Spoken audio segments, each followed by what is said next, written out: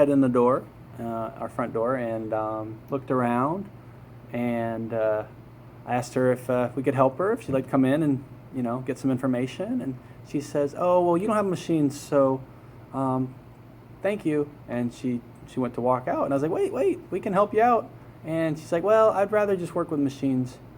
And I wish I would have had more time to talk with her about that, because machines are one of the problems with modern workout programs and modern fitness programs, in that machines are pretty much the most unnatural movement that we can do. Sitting down and then putting weight over our head, or pushing or pulling weight in a seated position. Some machines are better than others, but most machines will put you in positions where some of your muscle groups in your body are not working. And when we use our body, we want all of our muscle groups to be working together. Oftentimes machines kind of segment the body into different parts, and that is causing us to change our movement patterns, and eventually it's going to cause injuries. Unfortunately, it feels good when you use machines. The next day you're sore, so you're assuming it's a good thing, but it's really not. And oftentimes these injuries that we get from machines don't really show up until years from now, when our back isn't working, or our shoulders starting to hurt, or certain things are starting to become chronically painful. And people often don't attribute it to the workouts they did years ago, but a lot of times that's the case. Is you're putting a lot of load through joints on a machine, and you're not distributing that force over the rest of the body, and you put it all in one joint, and there's not all the muscles aren't working together for that movement. So you end up kind of getting these repetitive loading phases on the joint that can be very damaging to the joints. And not only that, you're teaching your brain movement patterns that are ultimately going to cause you to hurt yourself in other ways.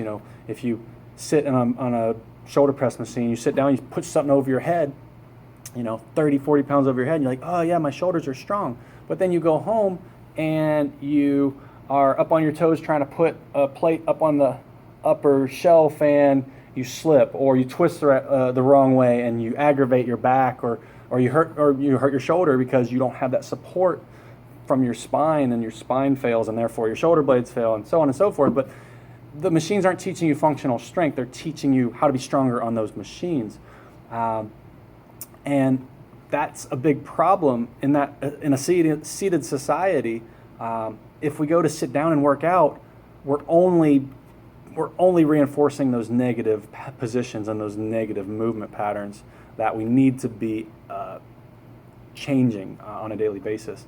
So we're sitting down, we're putting a lot more load through our skeleton in an improper fashion, and these machines are culprits of it, are the main culprit, or one of the main culprits.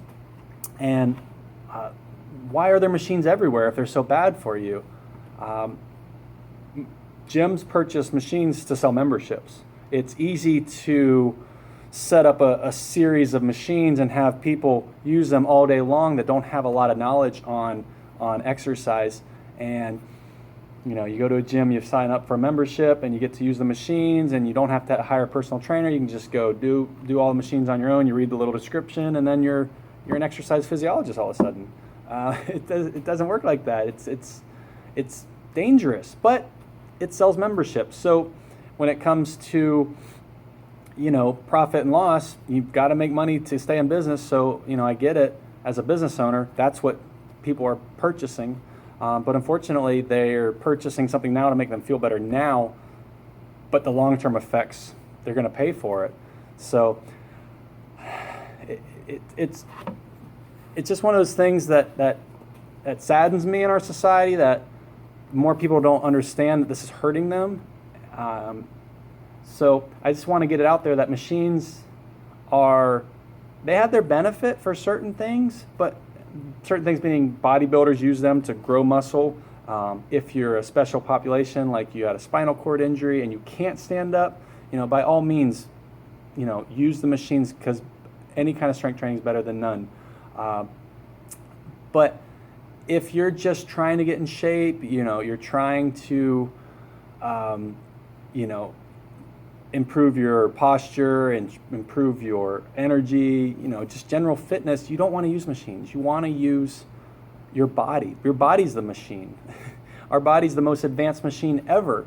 So we want to access all the muscles and all all your musculoskeletal system to work together to put weight over your head and twist and turn and bend and flex and move like more natural movement patterns, like if you were living out in the woods and surviving, what would you be doing? You'd be dragging things and pulling things and chopping things and running and jumping and climbing, and those are the movements that our bodies that is good for our body.